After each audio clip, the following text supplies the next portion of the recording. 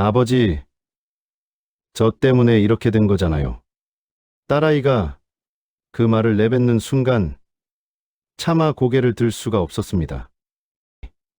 35년간 교단에서 아이들을 가르치며 단 한 번도 부끄러운 적 없었던 제가 제 딸 앞에서 고개를 숙이고 있었습니다. 손이 떨렸습니다. 명태도 아니고 정년까지 꽉 채운 교사가 68세의 빚쟁이가 될 줄은 정말 몰랐습니다. 2억 4천만 원.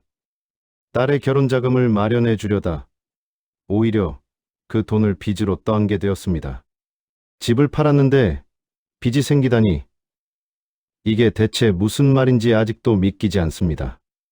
오늘 이 이야기가 여러분의 소중한 자산을 지키는데 조금이라도 도움이 되길 바랍니다. 시청 전 구독과 좋아요를 눌러주시면 로또에 당첨되는 행운이 찾아올 수도 있습니다. 저는 1955년생, 올해 나이로 68세입니다. 1988년 3월, 33세 나이에 경기도 안양의 한 중학교에서 수학교사로 첫 발령을 받았습니다. 그때만 해도 교사는 정말 좋은 직업이었습니다. 월급이 많지는 않았지만 안정적이었고 무엇보다 아이들을 가르친다는 보람이 있었습니다. 첫 월급이 48만 원이었는데 그 돈을 봉투에 넣어 어머니께 드리던 기억이 아직도 생생합니다. 1990년에 지금의 아내를 만났습니다.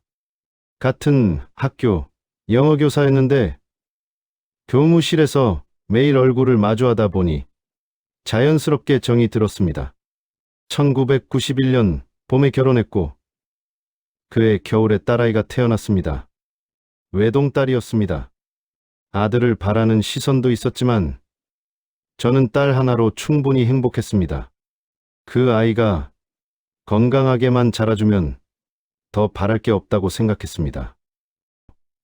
2000년대 초반 안양에 20평대 빌라를 한 채 샀습니다. 당시 매매가가 1억 2천만 원 정도였는데 대출 5천만 원을 끼고 나머지는 그동안 모은 돈으로 마련했습니다. 새 아파트는 꿈도 못 꿨지만 그래도 내 이름으로 된 집이 생겼다는 게 얼마나 뿌듯했는지 모릅니다. 아내와 손잡고 빈 집에 들어가 마루바닥에 앉아 김밥을 먹었던 그 저녁, 아직도 잊을 수가 없습니다. 세월이 흘러 2022년 2월, 드디어 정년퇴직을 했습니다. 35년간 한 번도 휴직 없이 병가도 거의 쓰지 않고 일했습니다. 마지막 수업을 마치고 교실을 나서는데 아이들이 복도에 줄지어 서서 박수를 쳐주더군요. 눈물이 왈칵 쏟아졌습니다. 퇴직금은 세후 1억 7천만 원 정도 나왔습니다. 거기에 그동안 모아둔 적금이 4천만 원쯤 있었습니다. 국민연금은 월 180만 원씩 나오기로 되어 있었고요. 부자는 아니지만 아내와 둘이 검소하게 살면 충분한 노후라고 생각했습니다. 그런데 2022년 가을, 딸아이가 좋은 소식을 전해왔습니다. 3년 사귄 남자친구와 결혼하기로 했다는 것이었습니다. 31살, 적당한 나이였습니다. 상대 남자는 중견기업 대리로 성실하고 착해 보였습니다. 처음 인사 온 날 떨리는 손으로 제 앞에서 절을 하는데 그 모습이 참 예뻐 보였습니다. 아내는 벌써부터 눈물을 글썽였고 저는 괜히 헛기침을 하며 감정을 숨겼습니다. 드디어 아버지로서 마지막 책임을 다할 때가 온 것입니다. 결혼 비용이 문제였습니다. 요즘 결혼이 얼마나 드는지 알아보니 정신이 아득해지더군요. 예식장, 스드메, 혼수, 예물, 신혼여행까지 합치면 기본이 5천만 원이 넘었습니다. 거기에 신혼집 전세자금까지 생각하면 1억 원은 있어야 했습니다. 딸아이가 모아둔 돈이 있다고 했지만 아버지 된 입장에서 어떻게 딸한테 손을 벌릴 수 있겠습니까? 제가 마련해주고 싶었습니다. 평생 딸을 위해 뭘 해준 것도 없는데 결혼만큼은 부족함 없이 보내주고 싶었습니다. 퇴직금 1억 7천만 원 중 1억 2천만 원을 결혼자금으로 주기로 했습니다. 나머지 5천만 원과 적금 4천만 원 합쳐서 9천만 원 정도가 노후자금으로 남는 셈이었습니다. 국민연금 월 180만 원에 9천만 원 여유자금이면 그럭저럭 살 수 있다고 계산했습니다. 물론 빠듯했지만 딸의 결혼이 우선이었습니다. 그런데 문제가 또 있었습니다. 1억 2천만 원으로는 부족했던 것입니다. 예비 사돈 측에서 전세자금으로 2억 원짜리 집을 알아보고 있다고 했는데 양가에서 1억씩 보태면 어떻겠냐는 이야기가 나왔습니다. 딸아이가 괜찮아. 우리가 대출받을게라고 했지만 신혼부부가 시작부터 빚을 지고 살게 할 수는 없었습니다. 추가로 4천만 원이 더 필요했습니다. 그때 부동산 중개인에게서 연락이 왔습니다. 평소 알고 지내던 동네 부동산이었는데 안부차 전화했다가 제 사정을 듣더니 이런 말을 하더군요. 선생님 빌라 지금 팔면 좋은 값 받을 수 있다면서 전세를 끼고 팔면 현금으로 45천만 원은 손에 쥔다고 했습니다. 당시 그 빌라에는 전세 세입자가 살고 있었습니다. 2021년에 2억 4천만 원의 전세 계약을 했고 만기가 2023년 9월이었습니다.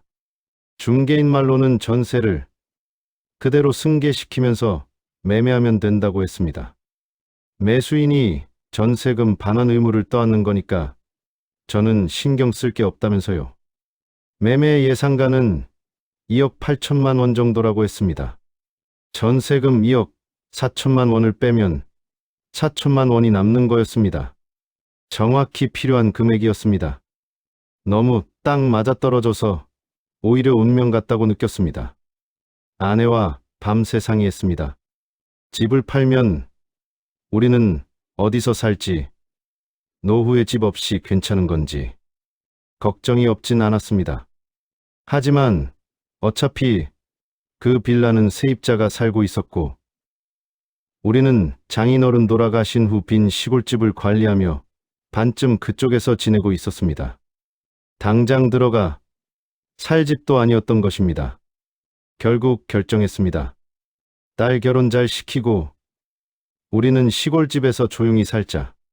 집 한 채 없어도 연금이랑 노후자금 있으면 되지 않겠냐고 아내가 먼저 말했습니다. 그 말에 용기를 얻었습니다. 2023년 3월 매수인이 나타났습니다. 30대 중반의 남자였는데 부동산 투자를 좀 한다고 했습니다. 깔끔한 정장 차림의 말투도 점잖았습니다. 계약서를 꼼꼼히 읽는 모습이 믿음직스러워 보이기까지 했습니다. 중개인이 옆에서 설명해줬습니다. 요즘 젊은 사람들은 이렇게 전세 끼고 사서 나중에 팔아서 차익을 남긴다고 이른바 갭 투자라고 했습니다. 저는 그런 거 잘 몰랐지만 하여간 계약은 순조롭게 진행됐습니다. 매매가 2억 8천만 원, 전세 보증금 2억 4천만 원을 매수인이 승계하고 차액 4천만 원을 저에게 지급한다는 내용이었습니다. 계약금 1천만 원은 그 자리에서 받았고 잔금 3천만 원은 한 달 뒤에 받기로 했습니다. 계약서에 도장을 찍는 순간 가슴이 벅찼습니다. 이제 딸 결혼 걱정 없구나 싶었습니다. 한 달 뒤 약속대로 잔금 3천만 원이 입금됐습니다. 통장에 찍힌 숫자를 보며 한동안 멍하니 있었습니다. 35년 동안 월급 받는 것 말고는 목돈이 들어온 적이 없었는데 4천만 원이라는 돈이 한꺼번에 들어오니 실감이 나지 않았습니다. 바로 그날 저녁 퇴직금에서 빼놓은 1억 2천만 원과 합쳐서 딸에게 1억 6천만 원을 전해줬습니다. 딸아이 얼굴이 지금도 눈에 선합니다. 아빠, 이렇게까지 안 해도 되는데 하면서 눈물을 글썽이더군요. 저도 눈시울이 붉어졌지만 꾹 참았습니다. 아버지는 강해야 한다고 평생 그렇게 살아왔으니까요. 아내가 옆에서 조용히 제 손을 잡았습니다. 그 온기가 지금도 느껴지는 것 같습니다. 그날 밤, 오랜만에 가족이 함께 외식을 했습니다. 삼겹살집에서 고기를 구우며 딸의 결혼 계획을 들었습니다. 예식장 날짜도 잡혔다고 했습니다. 2023년 11월 11일, 빼빼로데이라며 딸이 웃었습니다. 아내가 날짜 참 잘 잡았다며 같이 웃었습니다. 집에 돌아오는 길, 아내가 제 팔짱을 끼며 이렇게 말했습니다. 우리 이제 할 일 다 했네요. 라고요. 저도 그렇게 생각했습니다. 35년간 성실하게 살았고, 딸 하나 번듯하게 시집 보내면 이제 남은 건 아내와 조용히 노후를 보내는 것뿐이라고요. 그때는 정말 모든 게 완벽하게 끝난 줄 알았습니다.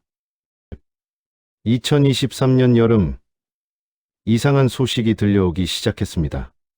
뉴스에서 부동산 시장이 얼어붙었다는 이야기가 연일 나왔습니다. 금리가 계속 오른다고 했습니다.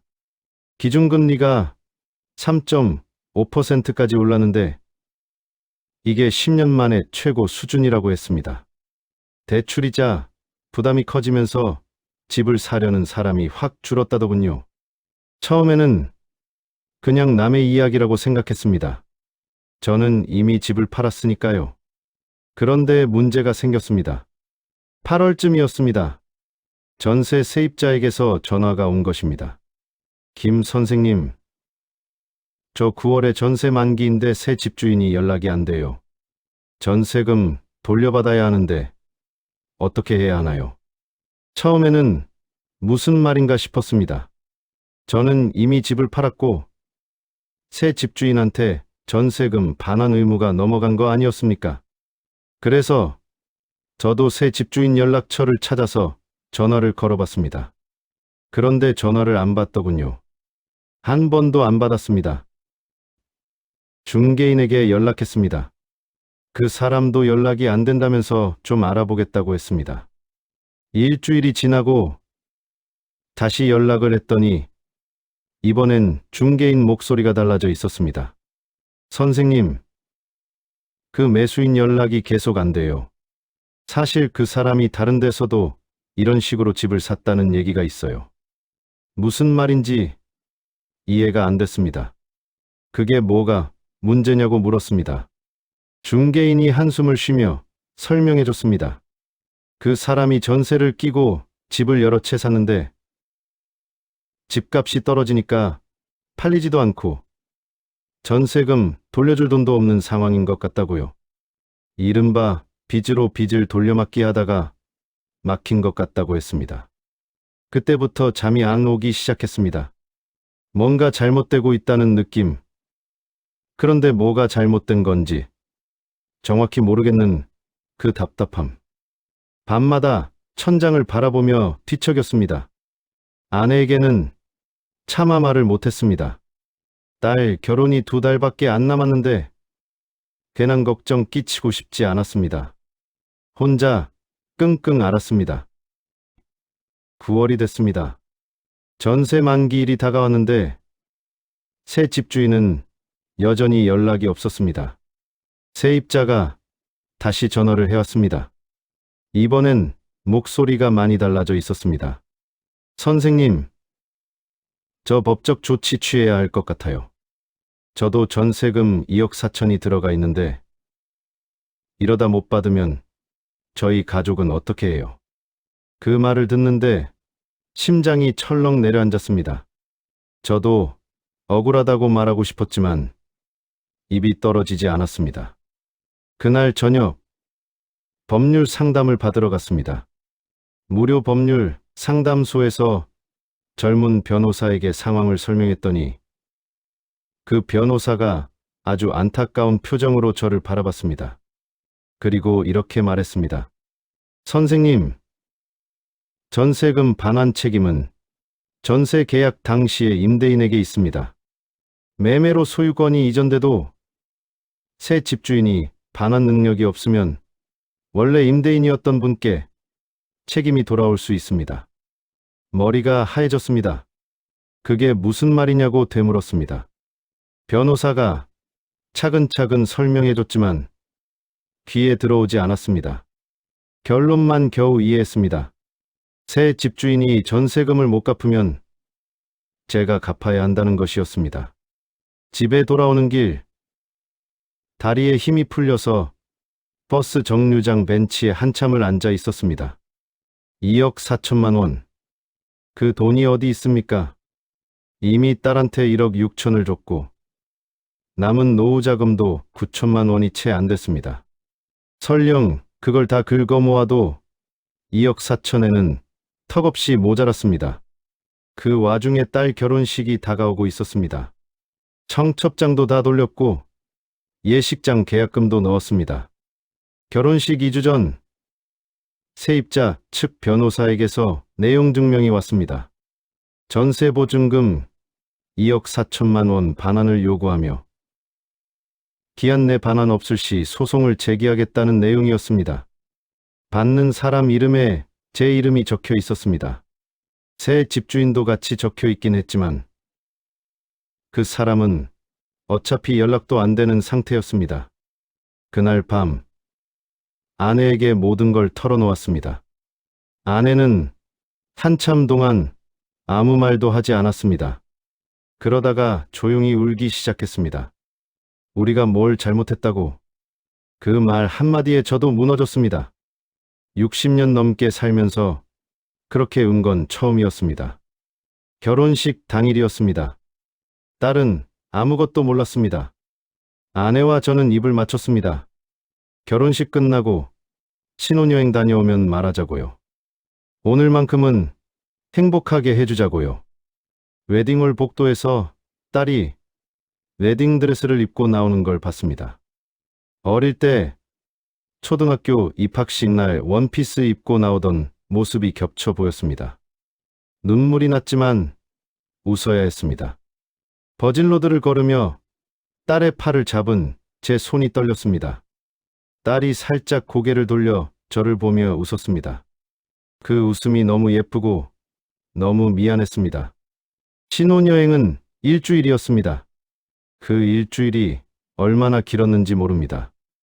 딸한테 어떻게 말해야 할지 밤마다 연습했습니다.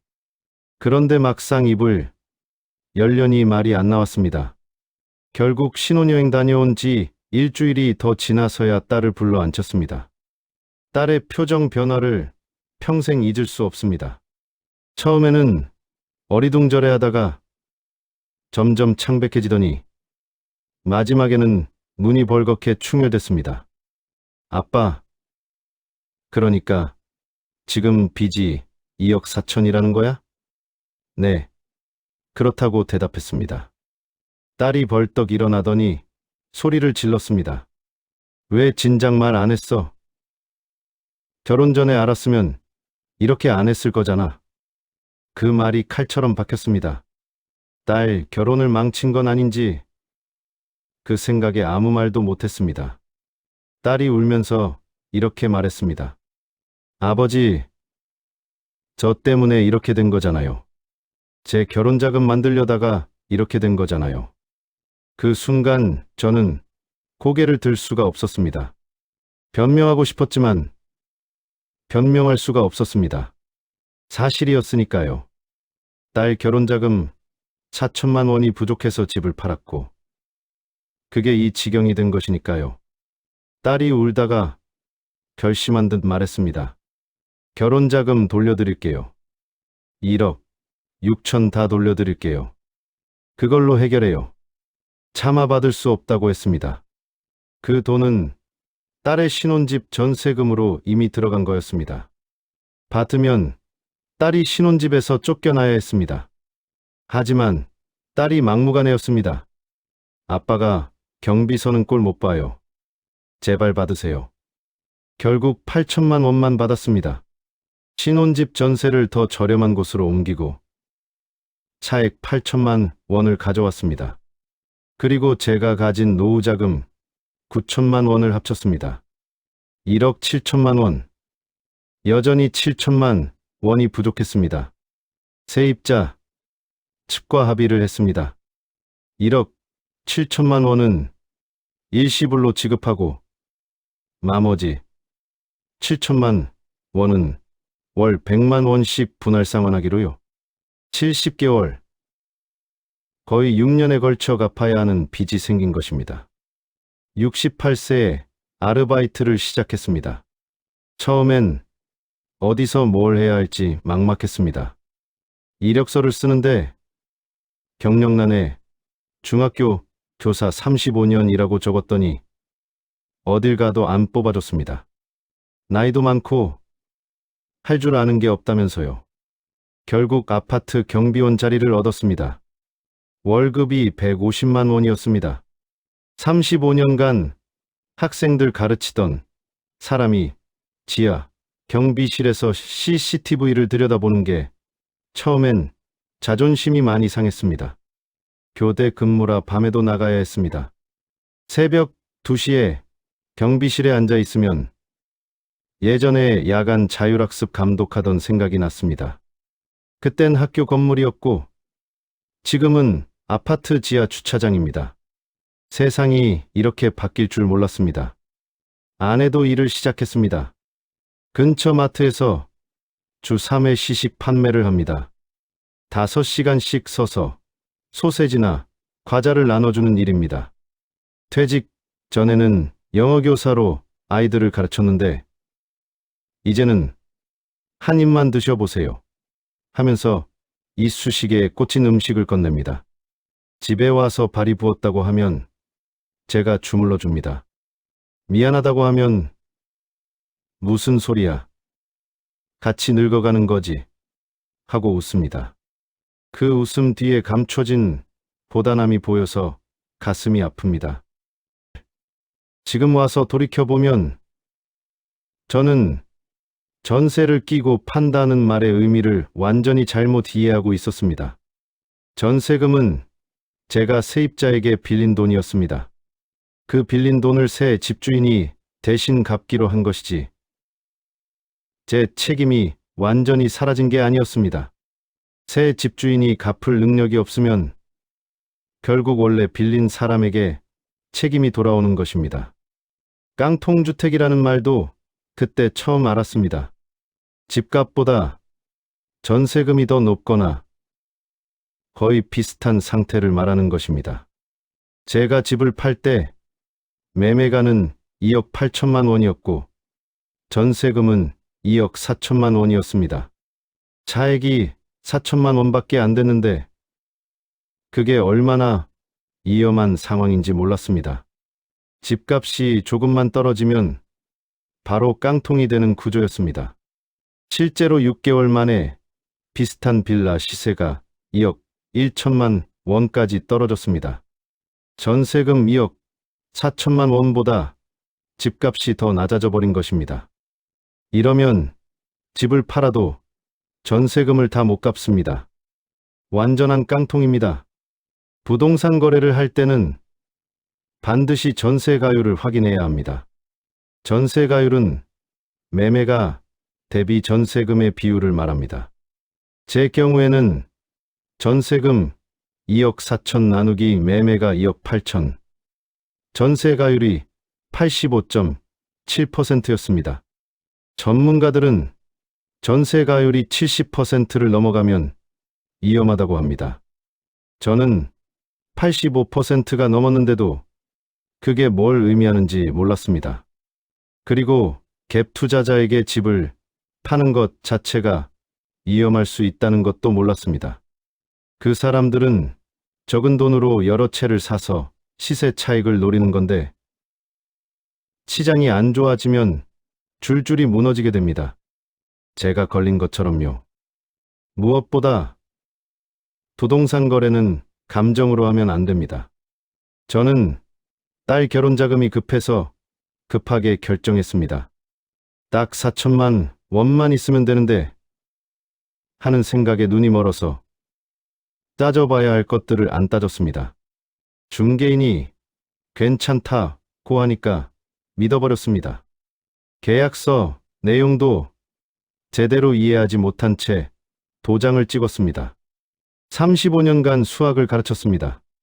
학생들한테 늘 강조했던 게 있습니다. 계산은 정확해야 한다. 풀이 과정을 생략하면 안 된다. 검사는 필수다. 그런데 정작 제 인생의 가장 중요한 계산에서 저는 풀이 과정을 다 생략해버렸습니다. 검사는 해볼 생각조차 못했고요. 2억 8천에서 2억 4천을 빼면 4천이 남는다. 그 단순한 계산만 했습니다. 만약 집값이 떨어지면 어떻게 되는지, 새 집주인이 돈을 못 갚으면 어떻게 되는지, 그런 변수는 전혀 대입하지 않았습니다. 지금 저는 월 100만 원씩 빚을 갚고 있습니다. 아직 4년 치가 남았습니다. 경비원 월급 150만 원에서 100만 원을 빚으로 내고 나머지 50만 원과 아내가 버는 70만 원 그리고 국민연금 180만 원을 합쳐서 생활합니다. 월 300만 원. 부자는 아니지만 살 수는 있습니다. 다행인 것도 있습니다. 딸과의 관계입니다. 처음에 딸이 많이 화났습니다. 저를 원망하는 것 같기도 했습니다. 그런데 요즘은 오히려 더 자주 연락합니다. 격주로 집에 와서 밥을 먹고 갑니다.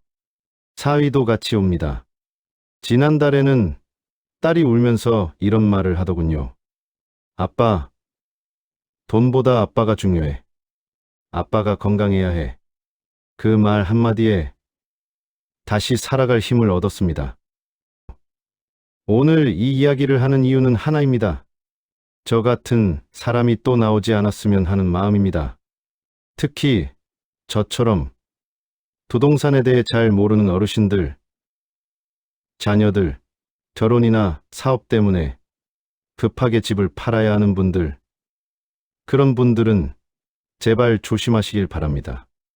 전세를 끼고 집을 팔면 편해 보입니다. 현금을 받고 나머지는 새 집주인이 알아서 한다고 하니까요. 하지만 그게 다가 아닙니다. 새 집주인이 전세금을 못 갚으면 그 책임은 결국 원래 집주인에게 돌아옵니다. 법이 그렇습니다. 억울해도 어쩔 수 없습니다. 그러니까 집을 파시기 전에 꼭 확인하십시오. 전세가율이 얼마인지, 매수인이 어떤 사람인지, 갭 투자자는 아닌지, 전세금 반환 능력이 있는지, 그리고 가능하면 전문가와 상담하십시오. 무료 법률 상담도 있고 주민센터에서도 도움받을 수 있습니다. 저처럼 중개인 말만 믿고 덜컥 도장 찍지 마십시오. 저는 이제 70이 다 되어가는 나이에 경비원 일을 하고 있습니다. 예전에는 부끄러웠는데 요즘은 그렇지 않습니다. 빚을 갚고 있다는 것, 포기하지 않고 버티고 있다는 것, 그게 제 남은 자존심입니다. 오늘 이야기가 여러분의 마음에 조금이라도 와닿았다면 구독과 좋아요 부탁드립니다. 여러분께서 눌러주시는 작은 응원 하나하나가 저 같은 사람에게는 큰 힘이 됩니다. 그리고 비슷한 경험이 있으신 분들, 혹은 걱정되는 부분이 있으신 분들은 댓글로 남겨주세요. 함께 이야기 나누면 조금이라도 덜 외로울 것 같습니다. 다음에도 여러분의 소중한 자산을 지키는데 도움이 되는 이야기로 찾아뵙겠습니다.